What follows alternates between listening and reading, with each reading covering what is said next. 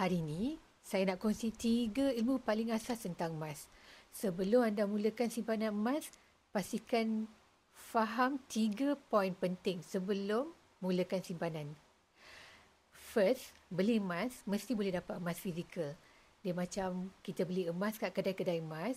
Emas tu kita beli dan kita simpan sendiri.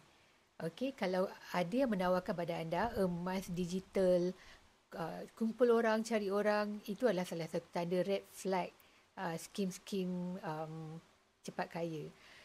Nombor 2, simpanan emas tak ada pendapatan bulanan atau tahunan macam dividen ASB atau tabung haji. Okey, dia tak ada.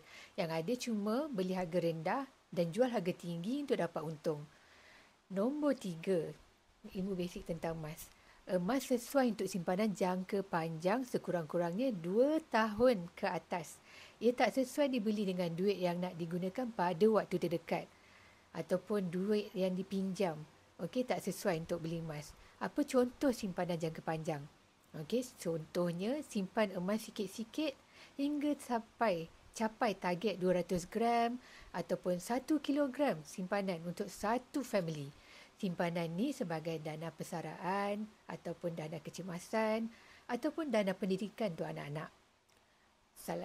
Ada contoh simpanan jangka panjang macam simpan hingga cukup 10 dinar. 2 tahun lagi boleh guna untuk pergi umrah. Okey, so far saya harap anda faham ilmu basic tentang emas. Okey, kita recap. First, beli emas mesti dapat emas. Nombor 2, dia tak ada pendapatan atau dividen bulanan atau tahunan. Dan nombor 3, ianya adalah simpanan atau pelaburan jangka panjang 2 tahun ke atas.